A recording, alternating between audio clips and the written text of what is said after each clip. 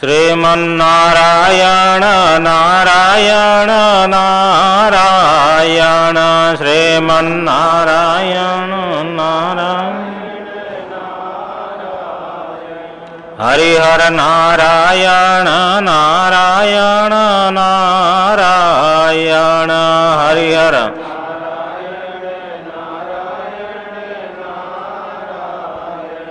सद्गुरु नारायण नारायण नारायण सद्गुरु नारायण भजमन नारायण नारायण नारायण भजमन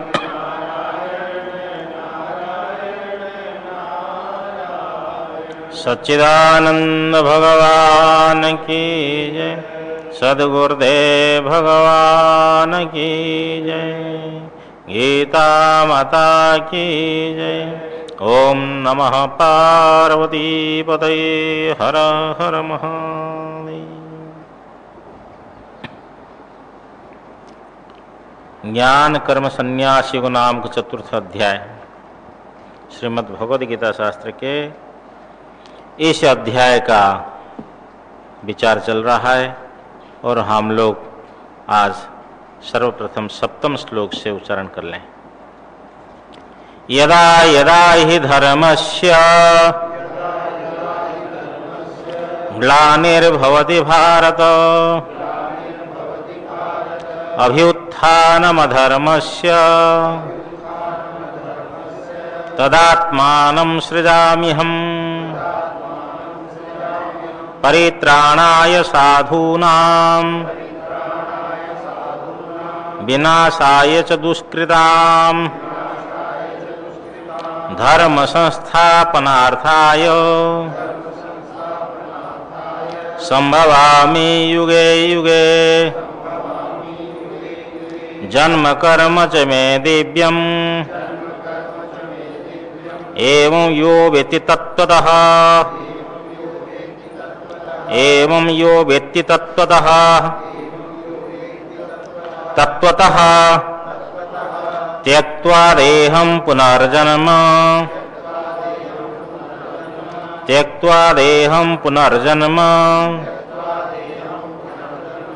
नैति मामेति सोऽर्जुन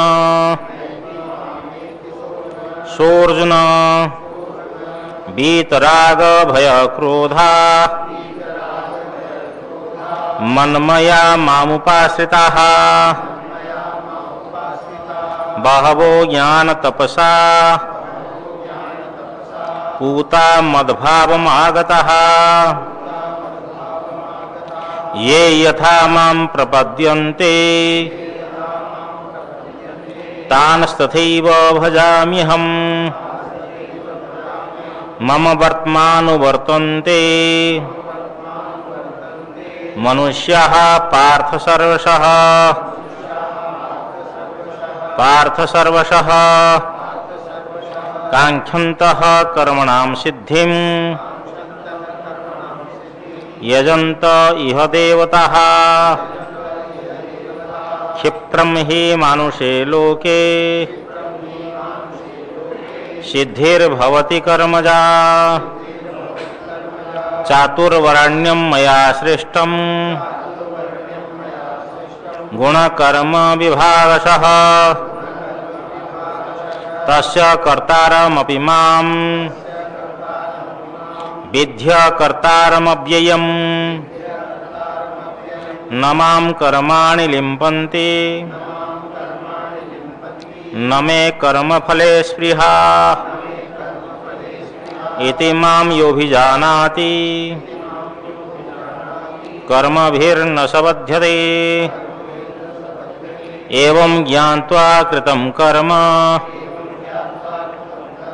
पूर्वैरपि मुमुक्षुभिः पूर्वकर्मैव तस्मात् त्वं पूर्वैः पूर्वतरं कृतम् किं कर्म किमकर्मेति कवयोऽप्यत्र मोहिताः तत्ते कर्म प्रवक्ष्यामि यज्ञात्वा मोक्षसे शुभात् मोक्षसे शुभात् यज्ञात्वा मोक्षसे शुभात्। हरिओम। कल के पाठ का सारांश भगवान ने तृतीय अध्याय के अंतिम पर्याय में कहा कि काम को जीतने के पहले इंद्रियों को वश करना चाहिए, भावार्थ है, और परमात्मा का आश्रय लेकर के काम का परित्याग, काम का नाश करना चाहिए। भगवान ने चतुर्थ अध्याय के प्रथम पर्याय में ये जो ज्ञान योग है ये पुरातन है, ये नया नहीं है, अनादिकाल से प्रवृत्त है। सृष्टि के आदि में सूर्य को भगवान ने पढ़ाया। कौन सी सृष्टि के आदि में? वर्तमान सृष्टि के आदि में, उसके पहले भी सृष्टि है। इसलिए परंपरा से ये ज्ञान युग चला रहा है। वर्तमान सृष्टि के आदि लेंगे, फिर दूसरे कल्प में पहले सृष्टि प्राकृतिक लय हो जाता है, पुनः सृष्टि होती है, पुनः नारायण कृपा करते हैं, ज्ञान देते हैं। ये परंपरा अनादिकाल से। तो भगवान ने कहा, अर्जुन की शंका हुई कि आपका तो पश्चात जन्म है, सूर्य का बहुत पूर्व जन्म हुआ है, कैसे मैं समझूं कि आपने उन्हें ज्ञान दिया है। भगवान ने कहा कि आपका और हमारा बहुत जन्म हो चुके अर्जुन, मेरा और तुम्हारा। उन सब को मैं जानता हूं, तुम नहीं जानते हो। अर्जुन के मन में जिज्ञासा हुई कि आपके कोई धर्म अधर्म तो है नहीं, कर्म के अभाव से आपका जन्म कैसे? क्योंकि जन्म का निमित्त कारण तो कर्म ही है, कर्म के बिना जन्म नहीं हो सकता है। तब भगवान ने कहा, देखो मैं अजन्मा हूं, अक्षण ज्ञान शक्ति स्वभाव वाला हूं, और प्राणियों के शासक ईश्वर भी हूं। ऐसा होकर के भी, ऐसा हुआ भी, अपनी त्रिगुणात्मिका प्रकृति को वश में करके मैं अपनी माया से देह वाला के समान हो जाता हूं। वास्तविक भगवान का जन्म नहीं होता है, भगवान अजन्मा है। वो अपनी मुखारविंद से स्वयं इस बात को प्रकाशित किया। अब यहां प्रश्न है कि आपका जो जन्म है कब होता है और क्यों होता है, प्रयोजन क्या है? तब भगवान आगे कह रहे हैं, यदा यदा हि धर्मस्य ग्लानिर्भवति भारत अभ्युत्थानम धर्मस्य तदात्मानं सृजाम्यहम्। हे भारत, जब जब धर्म की, यदा यदा ही धर्म से, जब जब धर्म की ग्लानिर्भवति ही, हानि ही होती है। कौन से धर्म है? वर्णाश्रमादि लक्षण रूप धर्म है कि वर्ण आश्रम इन्हीं के सब माने धर्म का अनुष्ठान इनमें होता है, इसलिए वर्णाश्रमादि लक्षण कह दिया भगवान भाष्यकार ने। वर्ण व्यवस्थित होंगे तभी तो धर्म व्यवस्थित होगा, आश्रम व्यवस्थित होंगे तो धर्म ही व्यवस्थित होगा। जहाँ वर्ण संकीर्ण हो जाएगा, वर्ण का विच्छेद हो जाएगा, तो धर्म का भी विच्छेद हो जाएगा। ये जो वर्णाश्रमादि लक्षण धर्म है, हे भारत, जब जब ये धर्म की हानि ही होती है, ग्लानिर्भवति ही, अभ्युत्थानम अधर्मस्य, और अधर्म की वृद्धि,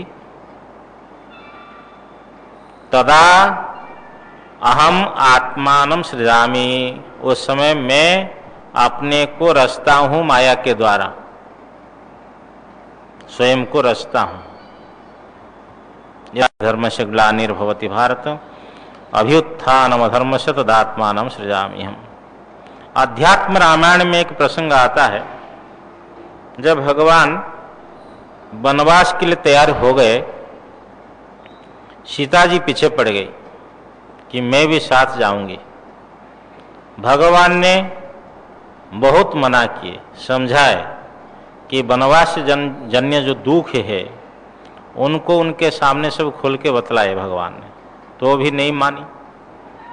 अंतिम में सीता जी ने अपना तर्क रखा, क्या कि हे भगवान, बहुत से ब्राह्मणों से आप रामायण सुने होंगे, क्या कभी सीता के बिना राम वनवास वन के प्रति उनका गमन हुआ क्या राम का?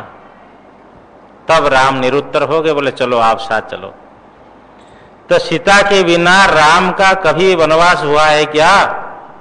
जब सीता जी का यह प्रश्न है कि यदा यदा ही धर्मस्य ग्लानिर्भवति भारत, कि प्रत्येक युग में, आगे कह रहे हैं कि हर कल्प में, हर युग में, आगे कह रहे हैं, इसलिए उसके लिए प्रमाण है कि सीता जी बोलते कई बार में सीता का रोल और आप राम कई बार आविर्भूत हो चुके हैं, तात्पर्य अर्थ है। तो किमर्थम, ये तो हो गया आपका जन्म कब होता है, धर्म की हानि अधर्म की वृद्धि, यदा यदा ही धर्मस्य ग्लानिर्भवति भारत अभ्युत्थानम अधर्मस्य तदात्मानं सृजामि हम। अब प्रयोजन क्या है, किमर्थम, किसके लिए आपका प्राकट्य है,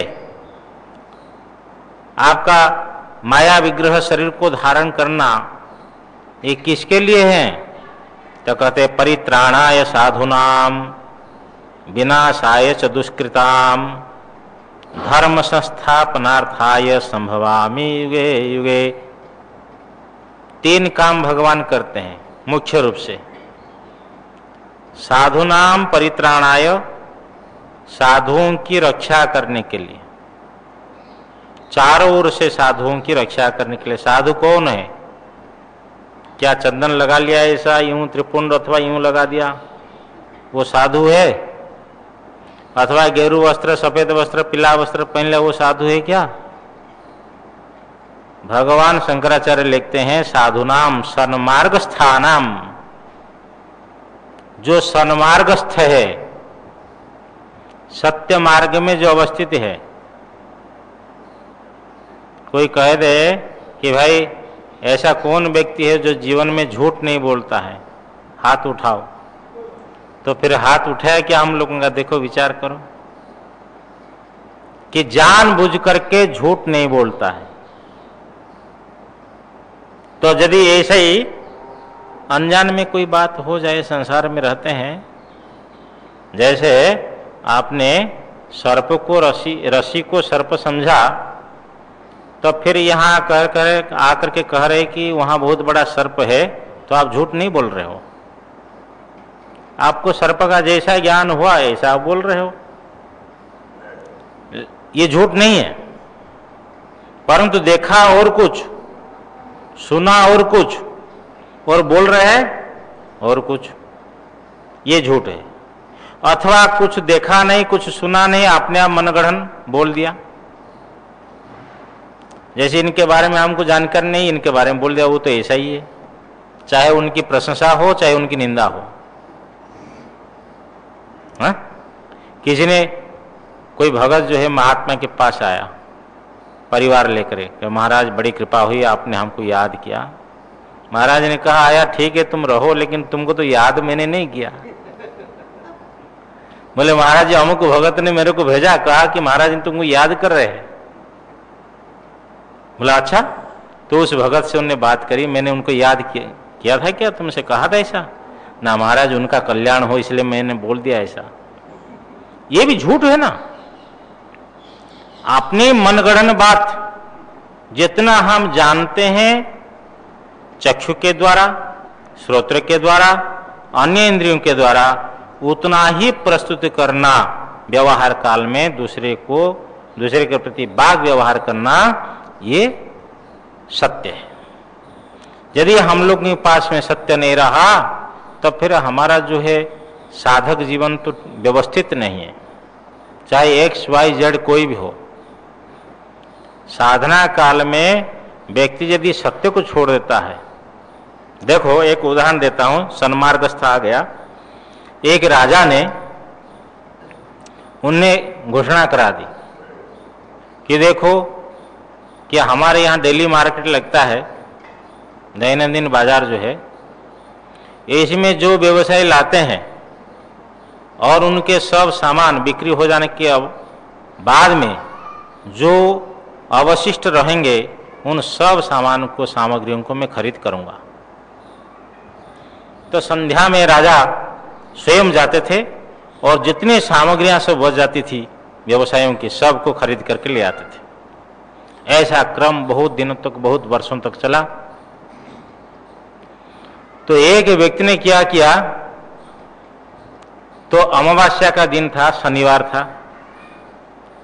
तो लोहा से निर्मित शनि का विग्रह बनाया, शनिदेव, उसको बेचने के लिए लाया एक शनिवार। और वो फिर लोहा, और लोहा से बने हुए शनिदेव, उसको कौन खरीद करेगा? किसी ने भी नहीं खरीद किया।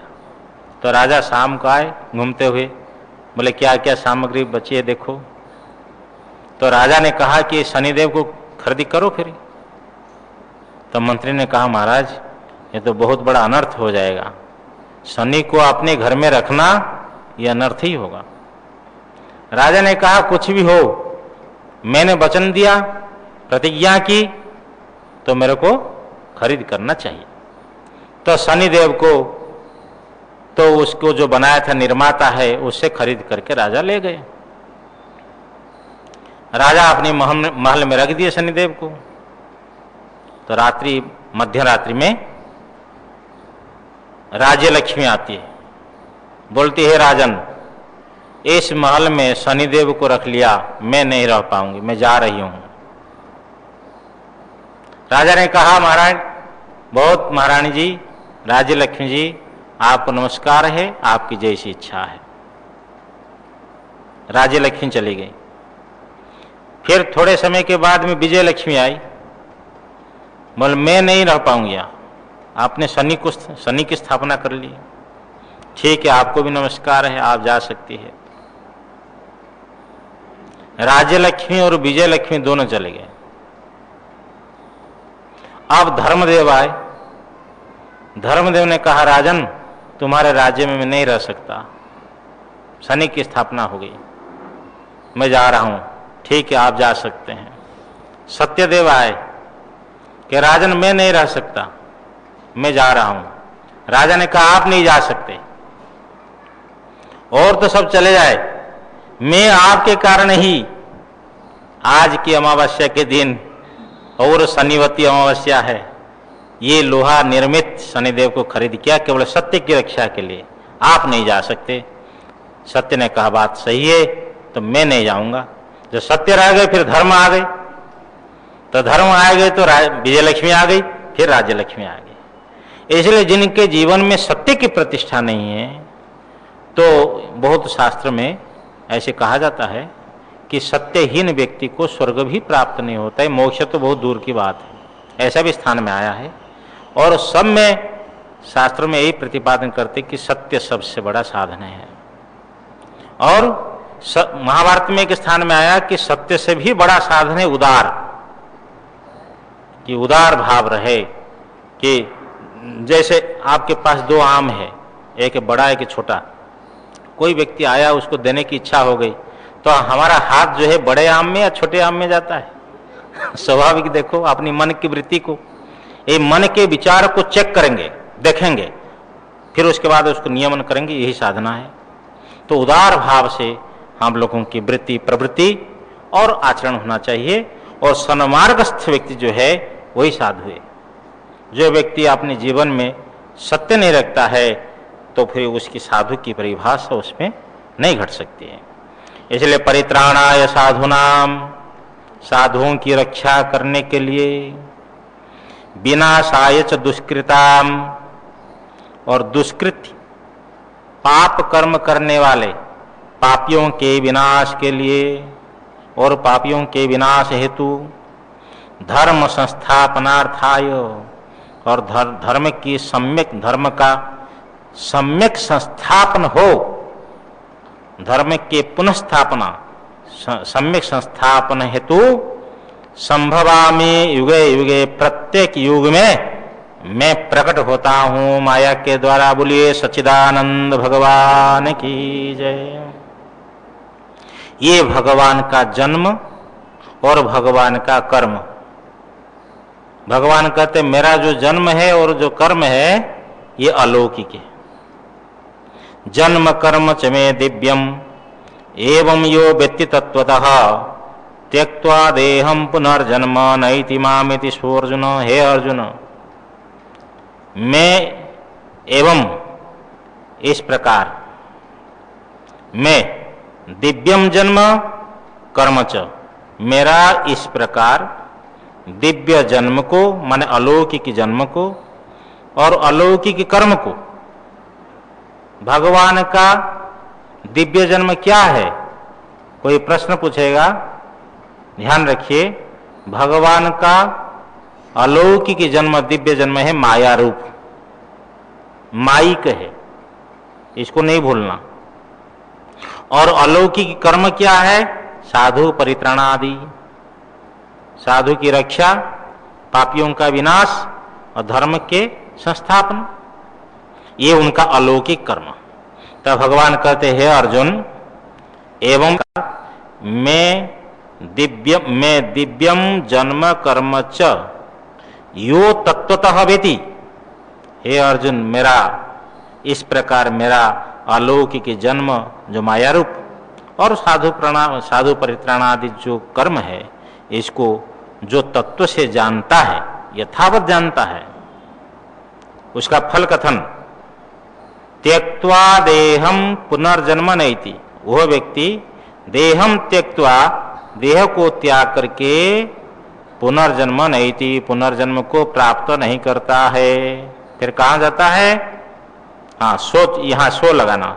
हे अर्जुन, सो माने वो व्यक्ति देहम त्यक्त्वा, देह को त्याग करके पुनर्जन्म नैति, पुनर्जन्म को प्राप्त नहीं करता है। माम एति, मेरे को प्राप्त करता है, अर्थात मुक्त हो जाता है। ये भगवान के अलौकिक जन्म कर्म को जो यथावत समझता है, जब तक अंदर में ये भाव रहेगा कि भगवान का जन्म तो होता ही है, माया रूप कैसे जन्म हो सकता है, अथवा भगवान का और भी कोई कर्म ये कर्म नहीं है, कोई संशय रहे, तो यथावत ज्ञान नहीं हुआ। यथावत ज्ञान हो, उस ज्ञान का फल भगवान कह रहे हैं। और ये जो मोक्ष मार्ग है, ये अभी से नहीं चला हुआ है, ये तो पहले से ही चला हुआ है मोक्ष मार्ग। जैसे संसार में अनेक जंतु बंधन में पड़े हुए हैं, ऐसी अनेक मुक्त भी हो गए हैं, ऐसा अनेक मुक्त भी हो गए हैं। उसके लिए भगवान कह रहे हैं, वीतराग भय क्रोधा मन्मया मामुपाश्रिता बहवो ज्ञान तपसा पूता मदभावमागता। बोलते हैं वीतराग भय क्रोधा।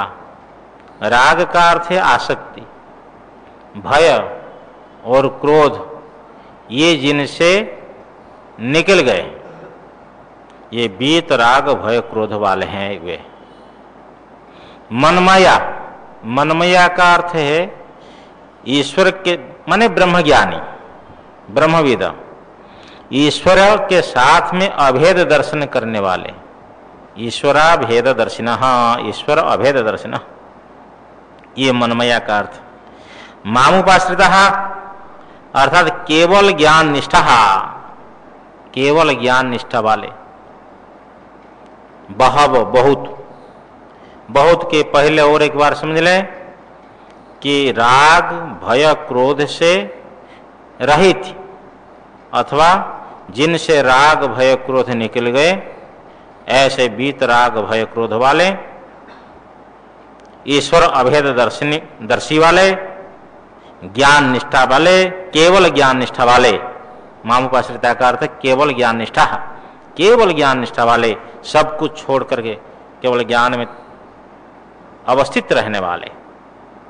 ऐसे बहवो ज्ञान तपसा, एक नहीं बहुत, ज्ञान रूप तप से पूता पवित्र हुए, मद भावम आगता, मद भावम आगता, मेरे भाव को प्राप्त हुए अर्थात मोक्ष को प्राप्त हुए। और कोई तपस्या की आवश्यकता नहीं है, ज्ञान रूप तप है, ज्ञान ही तप है। ज्ञान रूप तप से पवित्र हुए बहुत महापुरुष लोग मोक्ष को प्राप्त हुए। और केवल ज्ञान निष्ठा का अर्थ क्या है? ज्ञान निष्ठा का अर्थ ये समझना कि ज्ञान के साधन को अनुष्ठान करके उसमें आरूढ़ होना। समझ में आया ना? जैसे कोई कोई व्यक्ति होते हैं, चलो जी अब थोड़ा सा दुर्गा जी का 2 माला जप लो, फिर कृष्ण जी का 3 माला, फिर राम जी के, तो उनके वृत्ति में इधर उधर के महत्ता है, इसलिए हालांकि वो भी भक्त है लेकिन एक निष्ठा तो नहीं ना।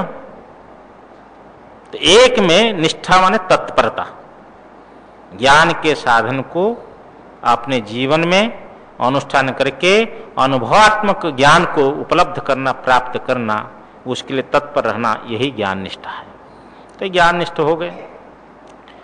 कहीं ज्ञान निष्ठा का अर्थ आप ऐसा भी अर्थ होते कि ज्ञान को प्राप्त करके ज्ञान निष्ठ होकर के मुक्त हो जाते हैं, तो वहां ज्ञान का अर्थ परोक्ष ज्ञान, फिर ज्ञान निष्ठा, निष्ठा ज्ञान श्यापरा, यहाँ अष्टादश अध्याय में ज्ञान की परिसमाप्ति जहां है। जैसे आप कहते मैं ब्रह्म हूं, मैं ब्रह्म हूं, कब तक ब्रह्म हूं कहेंगे आप? जब तक ब्रह्मानुभूति न हुई। जब ब्रह्मानुभूति हो जाएगी तो फिर आपकी निष्ठा की यानी ज्ञान की परिसमाप्ति वहां होगी अनुभव में। इस प्रकार जो ज्ञान निष्ठ महापुरुष है, अर्थात अपरोक्ष ज्ञानी अर्थ लेना पड़ेगा। तो ऐसे अपरोक्ष ज्ञानी महापुरुष, क्योंकि ईश्वर के साथ अभेद दर्शन, केवल ज्ञान निष्ठा वाले, तो ऐसे जो है वो ज्ञान रूपी तप से पवित्र हुए मेरे स्वरूप को प्राप्त किए हुए हैं।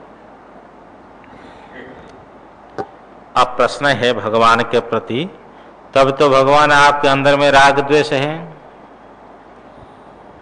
कुछ लोगों के लिए तो आप अपना स्वरूप को प्रकट करते हो, दूसरों के लिए नहीं है, सबके लिए नहीं है। हाँ, सबके लिए नहीं है, कुछ लोगों के लिए ही आप अपना स्वरूप का प्राकट्य करते हो, अर्थात मोक्ष प्रदान करते हो ज्ञान के द्वारा। तो आपके अंदर में राग द्वेष है। भगवान बोलते नहीं, सुनो, ये यथा माम प्रपद्यन्ते तान् तथैव भजाम्यहम्, मम वर्तमानुवर्तन्ते मनुष्याः पार्थ सर्वशः। बोल देखो, मेरा कोई दोष नहीं है। जो मनुष्य जैसे भाव लेकर के, जिस भाव से प्रेरित होकर के मेरे पास में आता है, उसको उसी प्रकार मैं अनुग्रह करता हूं। कोई फल की इच्छा से आता है, कोई ज्ञान की इच्छा से आता है, तो उसमें मेरा क्या दोष है? तो मेरे अंदर में राग द्वेष नहीं है। यही भगवान कह रहे हैं, ये यथा, जो लोग जैसे, जैसे का अर्थ है जिस प्रयोजन से, जिस फल कामना से माम प्रपद्यन्ते, मुझे भजते हैं, तान तथैव भजामि हम, तान का अर्थ उन्हें, अहम मैं, तथैव उसी प्रकार ही भजामि भजन करता हूं। भगवान भी भक्त के भजन करते क्या? जो जैसे मुझे भजते हैं मैं उनको ऐसा भजता हूं। अब ये छोटी हिंदी पुस्तक पढ़ोगे तो यही लिखा होगा शायद। यहां भजन का अर्थ अनुग्रह करता हूं। भगवान आचार्य कर रहे अनुगृणामि, कि जो जैसा मुझे भजते हैं मैं उसको उसी प्रकार अनुग्रह करता हूं, कृपा करता हूं। मम वर्तमान वर्तन्ते मनुष्याः पार्थ सर्वश, हे पार्थ, पहले संबोधन ले सकते हैं, हे पार्थ, जो जिस प्रयोजन से मुझे भजते हैं उनको उसी प्रकार ही मैं अनुग्रह करता हूं। मम वर्तम, मेरे मार्ग को, मार्ग का अर्थ यहां समझना चाहिए मधुसूदन स्वामी लिखते भजन मार्ग कर्म ज्ञान लक्षण, मेरे इसी मार्ग को मनुष्य सर्वशः अनुवर्तन्ते, सभी प्रकार से अनुसरण करते हैं मेरे मार्ग को। तो अब यहां क्या सामान्य मनुष्य लेंगे क्या? भगवान शंकराचार्य लिखते हैं कि जिस फल कामना से, जिस फलार्थी होकर के, फलार्थी रूप से जिस कर्म में अधिकृत जो लोग प्रयत्न करते हैं, ये मनुष्य शब्द से उन मनुष्य को यहाँ कहा जाता है, ऐसा समझना चाहिए। भगवान के मार्ग जो है ज्ञान कर्म अथवा ज्ञान, उसको अनुसरण करते हैं सभी लोग। तो उनके अंदर में, भगवान के अंदर में किसी प्रकार राग द्वेष नहीं है, सभी प्रकार से मेरे मार्ग का अनुसरण करते, जो जिसकी जैसी इच्छा है, जिस इच्छा से मुझे बसते हैं उनको इस प्रकार में अनुग्रह करता हूँ। सर्वसहक माने सभी प्रकार से, पार्थ मेरे मार्ग को सभी प्रकार से मनुष्य अनुसरण करते हैं। अब फिर भगवान के प्रति और एक बात आती है कि देखिए आप ईश्वर है, ठीक है, रागादि दोष का अभाव है आप में, परंतु आपके अंदर में तो ये इच्छा है ना कि सबका कल्याण हो, सबके कल्याण करने की इच्छा तो आपके अंदर तुल्य है, समान है। सर्वफल प्रदान समर्थ में, सर्वफल प्रदान करने में आप समर्थ है। तो आप ऐसे होते हुए भी, रहते हुए भी कि सब वासुदेव रूप है, इस ज्ञान के द्वारा मुमुक्षु होते हुए क्यों सब लोग आपको ही नहीं भजते हैं कि आप सब प्रदान करने में समर्थ है, सबके कल्याण करने की इच्छुक है आप। ऐसा आपके रहते हुए भी सब लोग कि मुमुक्षु होकर के ये सब वासुदेव रूप है, इस प्रकार जान करके आपको क्यों नहीं भजते हैं? क्या कारण है? तो भगवान कहते सुनो उसमें क्या कारण है। कांक्षन्तः कर्मणाम सिद्धिम, कांक्षन्तः कर्मणाम सिद्धिम यजन्त इह देवताः, क्षिप्रम हि मानुषे लोके सिद्धिर्भवति कर्मजा। देखो कर्म फल की इच्छा मनुष्यों के अंदर में पड़ी रहती है, उनको कर्म फल ही दिखता है। जब कर्म फल के प्रति आसक्त है, हाँ, कि रात्रि 12 बजे पीला वस्त्र पहन करके, हाँ, इस प्रकार घड़े में जल ला करके, ऐसा स्थान में रख करके, इस प्रकार उसकी परिक्रमा करके, हाँ, सफेद पुष्प उसमें रखना, मानो ये जो कर्म का विधान है, ऐसा लोग इतनी कष्ट क्यों करता है? क्योंकि कर्म फल उनको चाहिए, वो फल के दास, फल की इच्छा हो गई। लेकिन भगवान के लिए कोई नियम नहीं है, जैसा भी भजो। तो यही भगवान कहते हैं कर्मणाम सिद्धिम कांक्षन्तः, ये मनुष्य लोग जो है कर्मों के फल को चाहते हुए, यह माने इसी मनुष्य लोक में, इसी लोक में देवता यजन्ते, इंद्रादि देवताओं को पूजते हैं लोग। क्यों? कर्म फल चाहिए, उसकी इच्छा करते हुए। क्षिप्रम ही मानुषे लोके सिद्धिर्भवति कर्मजा, ये का अर्थ क्योंकि मानुष्य लोक के, मनुष्य लोक में कर्मजा सिद्धिर, कर्म से उत्पन्न होने वाली सिद्धि, सिद्धि का अर्थ फल निष्पत्ति, फल प्राप्ति, क्षिप्रम भवति, शीघ्र होती है। यहां क्षिप्र शब्द का विशेषण दिया, मानुष लोक में शीघ्र कर्म फल की प्राप्ति होती है, इसका अर्थ अन्य लोक में भी कर्म फल प्राप्ति है। परंतु मानुष लोक में वर्णाश्रम आदि जो कर्म है ये विशेष है, अन्य लोक में वर्णाश्रम आदि कर्म नहीं। भगवान भाष्यकार ये क्षिप्रम शब्द से, ये विशेषण से अर्थ निकालते हैं। इस प्रकार मानुष्य लोक में, क्योंकि मानुष्य लोक में कर्मजा सिद्धि क्षिप्रम भवति, कर्मजा सिद्धि जो है कर्म से उत्पन्न होने वाली जो फल निष्पत्ति शीघ्र होती है, इसलिए अन्य देवताओं को पूजते हैं। मनुष्य लोक में ही वर्णाश्रम आदि कर्म अधिकार अन्य लोक में नहीं है। ये जो नियम है ये किस कारण से है, पहला प्रश्न। अथवा वैकल्पिक प्रश्न है, अथवा वर्णाश्रमादि प्रविभाग से युक्त मनुष्य, भगवान ने कहा कि मेरे मार्ग को अनुसरण करते सभी प्रकार से, ये क्यों, किस कारण से, नियम से आपके ही मार्ग को अनुसरण करते हैं, अन्य का नहीं। ऐसा प्रश्न होने पर, ऐसे जिज्ञासा होने पर भगवान स्वयं कहते हैं चातुर्वर्ण्यम मया सृष्टम गुणकर्म विभागशः तस्य कर्तारमपि मां विद्य कर्तारमव्ययम्। चातुर्वर्ण्यम मया सृष्टम, भगवान कहते 4 वर्ण है, ब्राह्मण क्षत्रिय वैश्य और शूद्र।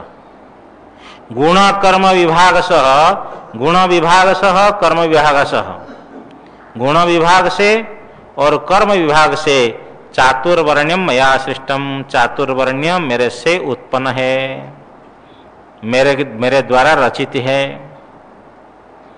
गुण विभाग कर्म विभाग देखो, जो ब्राह्मण जाति के होते हैं ना, उनमें सत्वगुण प्रधान होता है। सत्वगुण प्रधान वाला ब्राह्मण, उसका कर्म सम दम तप शौचम, ये सब 18 अध्याय में आया हुआ है। क्षत्रिय जाति वाला, क्षत्रिय जो मनुष्य होता है, उसमें सत्व गुण, सत्व कमजोर और रजोगुण प्रधान है। तो सत्व गुण उपसर्जन, रजोगुण प्रधान, ये गुण उसका कारण है, और उसका कर्म है शौर्यम तेजो धृतिर्दाक्ष्यम आदि, ये सब विवरण होगा 18 अध्याय में हुआ है। और वैश्य जाति का व्यक्ति जो होता है, उसमें तमोगुण गौण होता है, रजोगुण प्रधान होता है। उसका कर्म है कृषि गोरक्ष वाणिज्यम। और जो शूद्र होता है, उसमें रजोगुण गौण तमोगुण प्रधान होता है, और उसका कर्म है शुश्रूषा सेवा। ये गुणकर्म विभाग से 4 वर्ण मेरे से उत्पन्न हुए। तस्य कर्तारमपि मां विद्य कर्तारमव्ययम्, वो 4 वर्ण की सृष्टि के कर्ता होने पर भी मुझे, तस्य, देखो ये पंक्ति कई बार गुरु मुख से जो नए व्यक्ति पढ़ता है ना, तो विचलित हो जाता है कि एक ही पंक्ति में भगवान कहते मैं कर्ता भी हूं और अकर्ता भी हूं। समझे ना। मैं वाराणसी से, हम लोग कुछ महात्मा, गाजीपुर जिला में कोई विशिष्ट महात्मा थे, उनके दर्शन के लिए जा रहे थे। हम लोग बस में बैठे, देखे बहुत बड़े तार्किक व्यक्ति, जिसके जीवन में तर्क प्रधान है, फिजिक्स लेक्चरर एक, तो उन्हें छोटी गीता लेकर के पढ़ रहे थे। मुझे तो पता नहीं था कि वो फिजिक्स लेक्चरर है और तर्क कुशल है। तो उनके हाथ में गीता मैंने देखा, वो पढ़ रहे थे, मैंने उनकी प्रशंसा करी। मैंने कहा वाह, धन्य है आप, बस में बैठ करके भी आप गीता पढ़ रहे हैं, बहुत बढ़िया। बोले महाराज गीता तो मैं बहुत वर्षों से पढ़ रहा हूं, परंतु मुझे लगता है कि भगवान कहते कि अहंकार नहीं करना चाहिए, लेकिन मैं गीता में यत्र तत्र देखता हूं भगवान अधिक अहंकार कर रहे कि मैं ऐसा किया, मैं ऐसा किया, मैं ऐसा किया, मैं कर रहा हूं। तो अपनी तर्क, अपनी बुद्धि है। और संयोगवश यही हुआ कि उसी महात्मा जहां रह रहे थे, उनके आसपास में उनका गांव है, वो हमको ही ले गए उस महात्मा के पास में। तो मैंने उनको ये श्लोक पढ़कर सुनाया, मैं तस्य कर्तारमपि मां विद्य कर्तारमव्ययम्, इसका आप मनन कीजिए। भगवान कहते 4 वर्ण की रचना मैंने तो करी, और वो 4 वर्ण की सृष्टि के जो कर्म है, माने सृष्टि की रचना तो एक कर्म है ना, फिर कर्म का फल भी तो भगवान को मिलेगा। भाई जैसा कर्म करेंगे उसका फल तो उसको भोगना पड़ेगा ना। इसमें 2 दृष्टि है, एक व्यावहारिक दृष्टि है, एक पारमार्थिक दृष्टि है। नाटक हो रहा है, रामलीला हो रही है, और एक अहिर का बालक जो है वो रावण बना है। अहिर का बालक जो है रावण बना है, और तेली का बालक जो है राम का रोल कर रहा है। भाई ये कोई जरूरी कि ठाकुर ही राम बनेगा? वो तो मंच मास्टर जो होगा रंग मंडप का, तो वो जिसको जैसे रोल देगा। और ब्राह्मण बालक बना हुआ है ब्राह्मण। अब बतलाओ कि वो ब्राह्मण बालक जो है प्रताड़ित होकर के रावण से जब आएगा तो राम का पैर छुएगा या नहीं छुएगा? हाँ, तेली का बालक जो राम बना हुआ है उसका चरण स्पर्श करेगा या नहीं करेगा? अरे हाँ या नहीं बोलो भाई, कैसे करेगा? वो तो ब्राह्मण है। चलो, तो आप लोग बड़े समझदार है, कोई बोलने की जरूरत नहीं है। क्यों? अच्छा, रंगमंडप से बाहर हो जाए तो फिर पैर छुएगा क्या?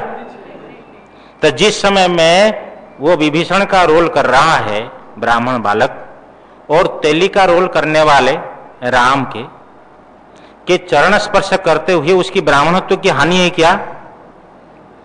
ये तो लीला हो रही है। इसी प्रकार भगवान ये संपूर्ण सृष्टि करते हुए भी उनमें अकर्तृभाव रहता है, कर्तृभाव नहीं है, केवल लीला मात्र है। इस उदाहरण के द्वारा स्पष्ट समझ में आता है कि उनके ब्राह्मणत्व की कोई हानि नहीं है। इसी प्रकार यहां कहते तस्य कर्तारमपिमम, ये व्यवहार दृष्टि है कि चार वर्ण की जो उत्पत्ति है उस उत्पत्ति के कर्ता होने पर भी माम अपि, उनके कर्ता मुझको भी, मुझे भी अकर्तारम विधि, परमार्थतः अकर्ता जान, वस्तुतः अकर्ता जान, इसलिए अव्ययम विधि, अतएव अव्ययम असंसारिणम च माम विधि, इसीलिए अविनाशी मुझे जान। भगवान अकर्ता है और अविनाशी है, और भगवान के द्वारा जो कर्म होते हैं वो व्यवहार दृष्टि से केवल आरोप मात्र है, परमार्थतः वो अकर्ता है। इसका यहां रहस्य इस प्रकार छिपा हुआ है। और उसके पहले चातुर्वर्ण्य को कहने का अर्थ हुआ कि ये चातुर्वर्ण्य जो है अन्य लोक में नहीं है, मानुष लोक में है, ये विशेषण है।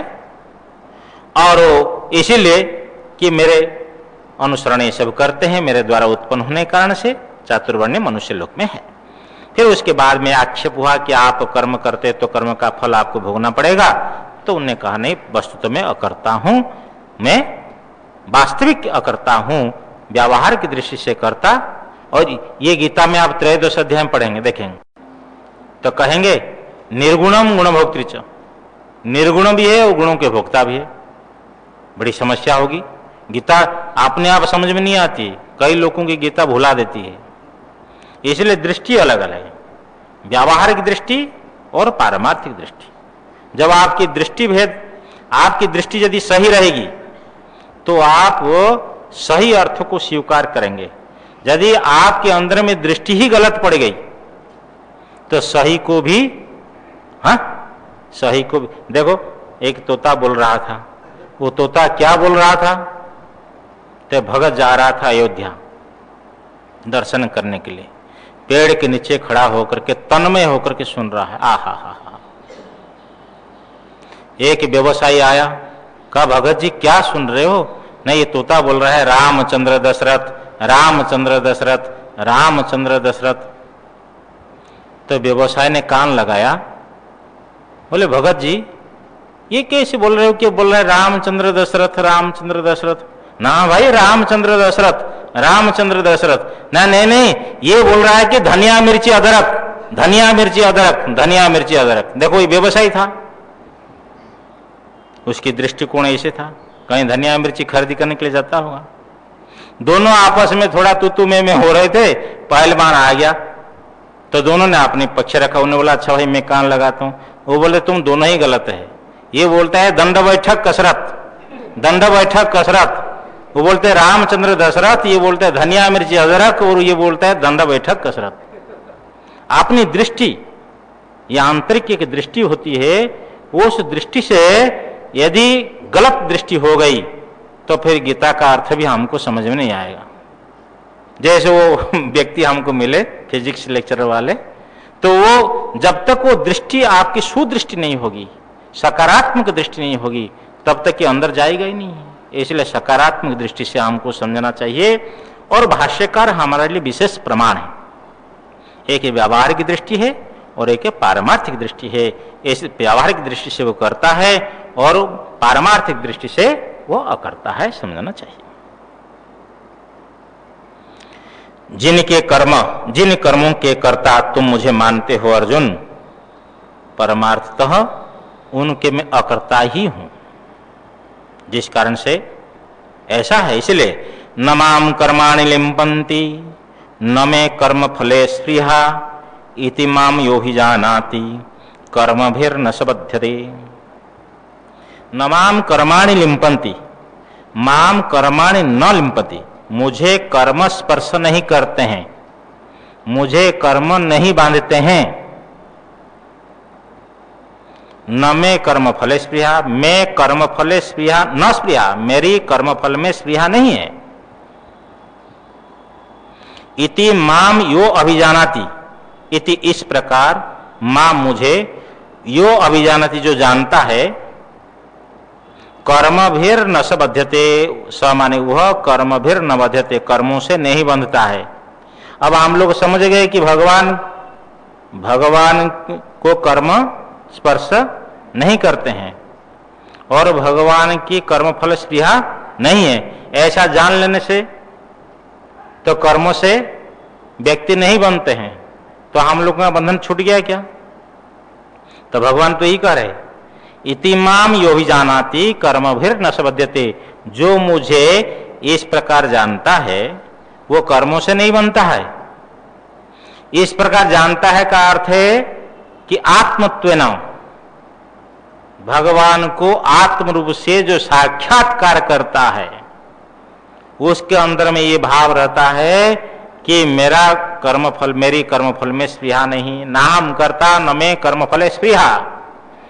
इस प्रकार भगवान को जो आत्म रूप से जानता है, साक्षात्कार करता है, ना हम करता न मैं कर्मफल स्पृहा, वो कर्मों से नहीं बनता है। ना हम करता न मैं कर्मफल स्पृहा, मैं करता नहीं हूं, मेरी कर्मफल में स्पृहा नहीं है। एवं ज्ञात्वा कृतं कर्म पूर्वैरपि मुमुक्षुभिः कुरु कर्मैव तस्मात् त्वं पूर्वैः पूर्वतरं कृतम्।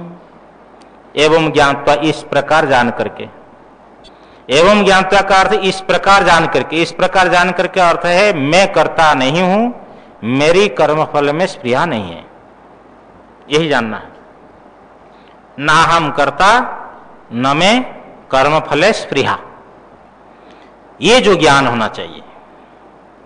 मैं करता नहीं हूं, परंतु ये हम करता है, ये जो भाव है तो हमारे अंदर में ठोस भरा हुआ है। कुछ भी कर्म करता है जीवात्मा, उसके साथ में एक अहंकार पैदा हो जाता है कि मैं कर्म करने वाला हूं। चाहे वो प्रवचन बोले, चाहे प्रवचन सुने, सुनने का भी एक अहंकार, बोलने का भी, कि ये जो भाव अंदर हो कि मैं अकर्ता हूं, ना हम करता और न मैं कर्मफल स्पृहा, मेरी कर्मफल में स्पृहा नहीं है। इस प्रकार के जानकर, एवं ज्ञात्वा, इस प्रकार जान करके, पूर्वैरपि मुमुक्षुभिः कर्म कृतम, पूर्व मुमुक्षुओं से भी कर्म किया गया है, कर्मों का अनुष्ठान हुआ है। मुमुक्षु किसको बोलते हैं? एक होता है विरक्त और एक होता है मुमुक्षु। वैराग्य का अर्थ होता है छोड़ने की इच्छा, छोड़ने की उहाक त्यागे, और मुमुक्षु का अर्थ होता है छूटने की इच्छा, संसार से छूटने की इच्छा। इसलिए वैराग्य के साथ मुमुक्षुता भी चाहिए। यही महाराज श्री कहते हैं अंतर्मुक्ता, कि वैराग्य हो तो साथ अंतर्मुक्ता का अर्थ ही मुमुक्षुता है। केवल वैराग्य से काम नहीं होगा, क्योंकि आज वैराग्य है, कल परिस्थिति पा करके फिर राग पैदा हो जाएगा। हाँ, नहीं तो फिर उस वैराग्य का भी अहंकार हो सकता है। लेकिन मुमुक्षुता अंदर हो कि संसार से छूटने की इच्छा। जैसे गंगा जी कहाँ जाती है? गंगा सागर। तो गंगा सागर जब चली ना, तो रास्ता में एक पहाड़ आया, उसको धक्का लगाई तो रास्ता मिल गया तो चली गई आगे। आगे चलती चलती फिर एक पहाड़ आ गया, उसको धक्का लगाई तो रास्ता न मिले, और एक बार धक्का जोर लगाए गंगा जी, वहां पहाड़ बहुत मजबूत है, रास्ता न मिले तो गंगा जी बोलते इसके साथ लड़ने के तुम्हें नहीं आई, मेरे को तो गंगा सागर जाना है, तो बाईपास हो करके कट करके, क्योंकि उनको गंगा सागर जाना है।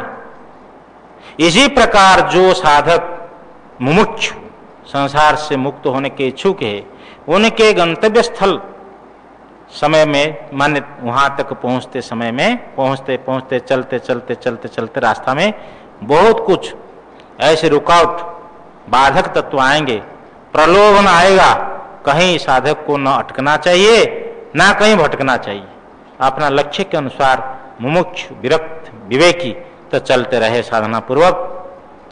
तो इस प्रकार पूर्व मुमुक्षुओं से भी इस प्रकार जान करके कर्म किया गया है, कर्म का अनुष्ठान हुआ है। कुरु कर्मैव तस्मात् तुम पूर्व ही पूर्वतरम कृतम, तस्मात् इसलिए है अर्जुन तुम